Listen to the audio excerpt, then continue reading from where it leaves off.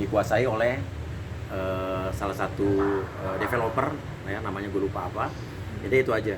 Dan lucunya mereka bisa menuntut apa namanya, BPN dan lain sebagainya.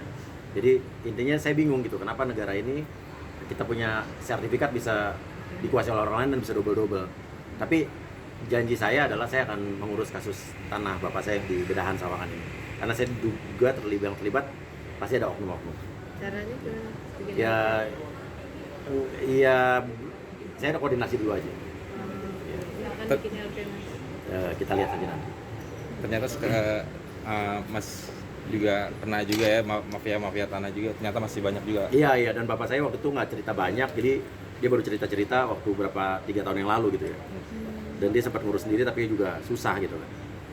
Melihatnya sekarang gimana sih mas? Nih mafia makin marak juga Oh sebagian. iya, makanya mafia tuh makin banyak dan makin marak, mafia tanah juga, mafia apapun, dan kita harus berantas dari negara tercinta ini, karena kalau mafia diberikan ruang untuk berkuasa di sini, mau jadi apa negara kita? Jadi kita harus berani ya, kita harus berani bersuara, jangan takut untuk bersuara, karena kadang-kadang gini, kita nggak bersuara karena kita ngerasa bukan kita yang lagi kena masalah, biarin masalah orang lain. Tapi kalau kita tidak bersuara karena kita merasa ini bukan masalah kita, nanti suatu saat kalau lu ada di permasalahan itu, siapa yang ada di belakang lu? Intinya gitu kan. Jadi kita harus berani bersuara untuk kebenaran dan keadilan. Berurusan dengan mafia tanah sampai terkena imbas sesuatu nggak sih mas? Mungkin. Enggak, cuman tanah sih menurut saya juga nggak seberapa ya. Cuman kan ini adalah, pasti bapak saya juga berpikir dulu, almarhum bapak saya, tanah dibeli dengan susah payah, keringat, kok tiba-tiba bisa berpindah tangan ke tangan orang lain dan udah jadi developer dan jadi perumahan gitu aja. Dan itu juga menyangkut pada saat itu aparat-aparat desa setempat lah. Ya. Mas mau update yang ngasih hot news sih mas soal royalti, kisah royalti. Royalti. Ya, tanggapan mas gimana? Royalti saya sebagai juga pencipta lagu ya, ya setuju kalau ibaratnya royalti, sistem royalti ini diberikan satu sistem yang jelas. Karena saya pribadi ya, saya menciptakan lagu Tofu dulu yang mimpi terindah, yang dan kau menciptakan mimpi yang terindah, terus sudah lupakan saja segala macam, itu lagu-lagu saya populer, tapi sampai sekarang saya belum pernah menerima apapun. Justru tapi lagu-lagu yang terakhir yang baru-baru ini malah saya nerima royalti walaupun cuma berapa ratus ribu gitu ya. Tapi lagu yang dulu-dulu itu yang segitu ngetop-ngetopnya lagu ciptaan saya, tapi ya saya juga nggak dapat apa-apa. Jadi perlu dipikirkan, memang pencipta lagu memang harus punya hak juga untuk mendapatkan haknya ya. Tapi juga saya pengen ada sistem yang jelas ya, bagaimana pencipta lagu juga pasti membutuhkan penyanyi untuk menyanyikan lagunya, penyanyi juga membutuhkan pencipta lagu untuk membuat lagu-lagu hits. Jadi harus ada apa ya, kesinambungan aja. Terus kalau mas ngeliat kasusnya Agnes kemarin sama Ribias seperti apa sih? Kasusnya Agnes sama Ribias. Ya kan Agnes sampai dituntut. Iya, menurut saya itu cuman komunikasi yang tidak lancar saja. Tapi kalau memang bisa dikomunikasikan, kenapa tidak dikomunikasikan baik-baik? Dan dalam arti kata kan, ya Agnes Monica juga harus diakuin, dia populer juga karena lagu ciptaannya Mas Ari Bias ya. Tapi juga pencipta lagunya juga ngetop gara-gara diciptakan Agnes. Jadi harus saling berkomunikasi yang baik aja. Dan saya menyesalkan kalau sampai akhirnya jadi ribut-ribut. Udah, harus legowo aja lah, udah ngobrol aja berdua. Kan toh akhirnya kan pencipta lagu dan penyanyi juga harus jadi support system yang kuat satu sama lain. Jadi jangan sampai bentrok-bentrok juga. Nanti kalau misalnya akhirnya pencipta lagu nggak ada yang mau nyanyiin lagunya, bingung. Kalau penyanyi juga nggak bisa nyiptain lagu, dia butuh pencipta, juga bingung nyari lagu siapa. Ya intinya udah di luar negeri nggak ada ribut-ribut kayak begini kok. Mas, Agnes sama Mas Denny kan kerja kongsi nih. Iya. Oh saya nggak tahu deh, saya kurang ngikutin itu kasusnya. Cuman intinya saya mengerti semua apa yang diperjuangkan masing-masing pasti punya alasan. Gue nggak bisa bilang siapa benar siapa salah, semua pasti punya alasan. Ya, jadi ya komunikasikan baik-baik aja lah. Ini kita pengen juga kan industri musik di Indonesia juga naik. Dan menurut saya yang harus dibenahi adalah sistemnya akhirnya. Sistemnya bagaimana lagu-lagu ini, pencipta lagu ini juga mendapatkan hak atau royalti yang sepadan. Ya itu kan sistem yang mengatur semua itu kan. Ya sekarang gue percaya bahwa lagu gue udah diatur katanya sama yang ngurus royalti, LMK dan lain sebagainya. Tapi kalau saya sendiri nggak pernah terima apa-apa, artinya kan emang ada yang nggak benar gitu kan. Maksudnya nggak minta sih. Iya nggak minta, harusnya kan gue dikasih ya, otomatis ya dihubungnya atau gimana gitu kan. Harusnya ada haknya di sini. Harusnya ada haknya memang yang harus kita dapat juga. Oke.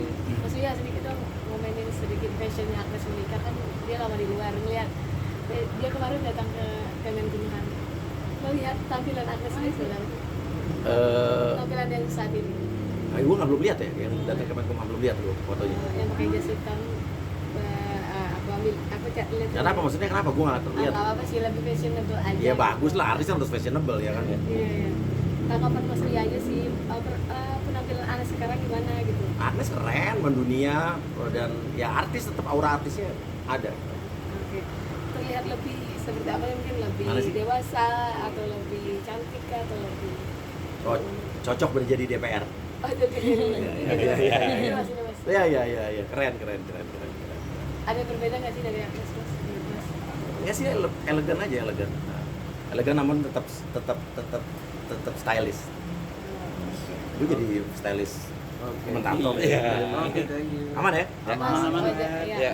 Wajar nggak sih Agnes bayar 1,5 juta untuk bayar? Wah, gue nggak tahu itu kan urusan hukum pengadilan, gue nggak terlalu ngikutin, cuma tahu aja beritanya di permukaan, tapi gue belum mendalami kasusnya. Ya, kalau kasus gue kan kasus-kasus di DPR soal kesehatan, BPJS kesehatan, tenaga kerja, BPOM dan lain sebagainya.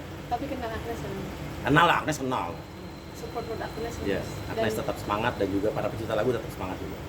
Masih sedikit Mas mungkin support pandangan Mas soal lagi ramai isu skincare.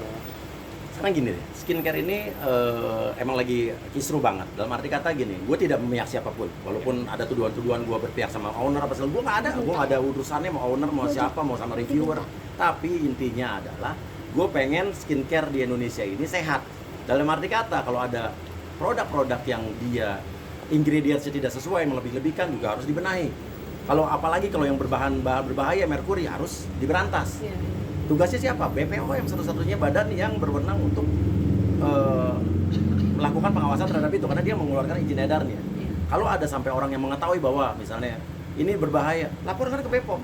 Kalau BPOM-nya tidak bereaksi, laporkan ke saya DPR, saya tegur BPOM. Tapi janganlah saling review satu sama lain yang bukan pada wewenangnya. Karena kan kita juga pertanyakan di mana dia labnya, apa labnya terakreditasi apa tidak. Nah, terus apalagi yang gue dengar kan sekarang sampai ada berita ada oknum reviewer ya, dokter yang katanya meminta sejumlah uang sampai 2 juta Singapura dolar dengan membawa nama DPR dan BPOM. Ya, kalau sampai akhirnya tadi kan ada di RDP DPR tadi pagi. Kalau sampai seperti itu kan artinya itu jadi tidak sehat. Jadi mau dikemanakan bisnis skincare di Indonesia, UMKM dan gimana kita mau bersaing sama internasional.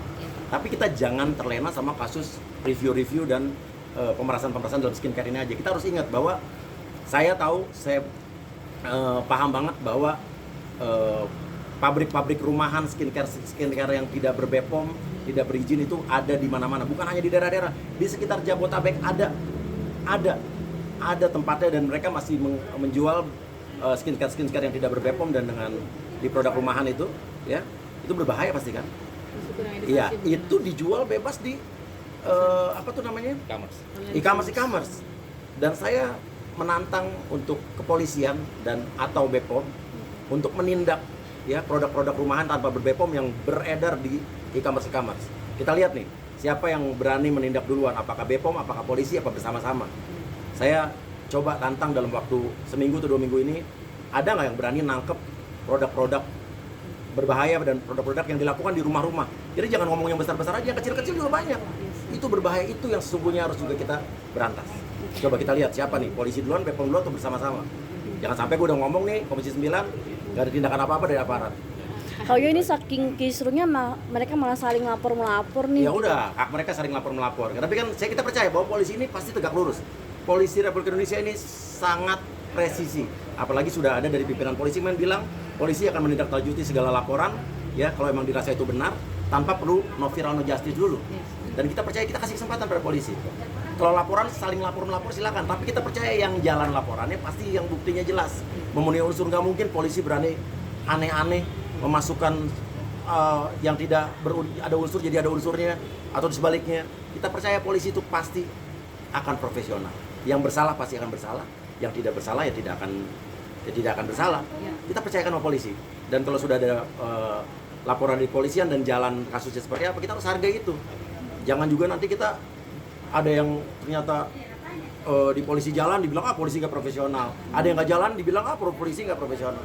Kita harus hargai dan kita percayakan. Apalagi sekarang di pemerintahan Prabowo ini kan, Pak Prabowo ini kan sangat keras sekali. Jadi nggak mungkin ada yang berani miring-miring. Percaya deh, yang bersalah pasti bersalah. Dan jangan memframing lagi orang yang bersalah jadi seolah-olah tidak bersalah. Dan juga jangan sebaliknya, yang tidak bersalah di framing bersalah. Masyarakat netizen itu juga harus cerdas. Jangan mau terbawa framing-framing oleh kepentingan-kepentingan ya pihak-pihak tertentu. Itu aja. Ya, maksudnya izin mungkin mau merespon NM nih jadi Jadi, tersangka. Ya Abis kalau NM gitu. gue terus terang nggak komen karena itu urusannya udah di luar skincare-nya. Iya. Ya kalau saya kan intinya yang berhubungan dengan kedokterannya, dengan produknya. Kalau yang di luar itu biar yang lain aja yang komentar. Baik, terima Ya. kasih. Terima kasih Bang Buya, makasih Mas Buya. Jangan Thank saya you, bro. Ya, Pak. Mas, thank I you love Mas you, bro. udah ditraktir. Makasih ya. Dimasuk. Dia pasti bukan ajaib. Iya.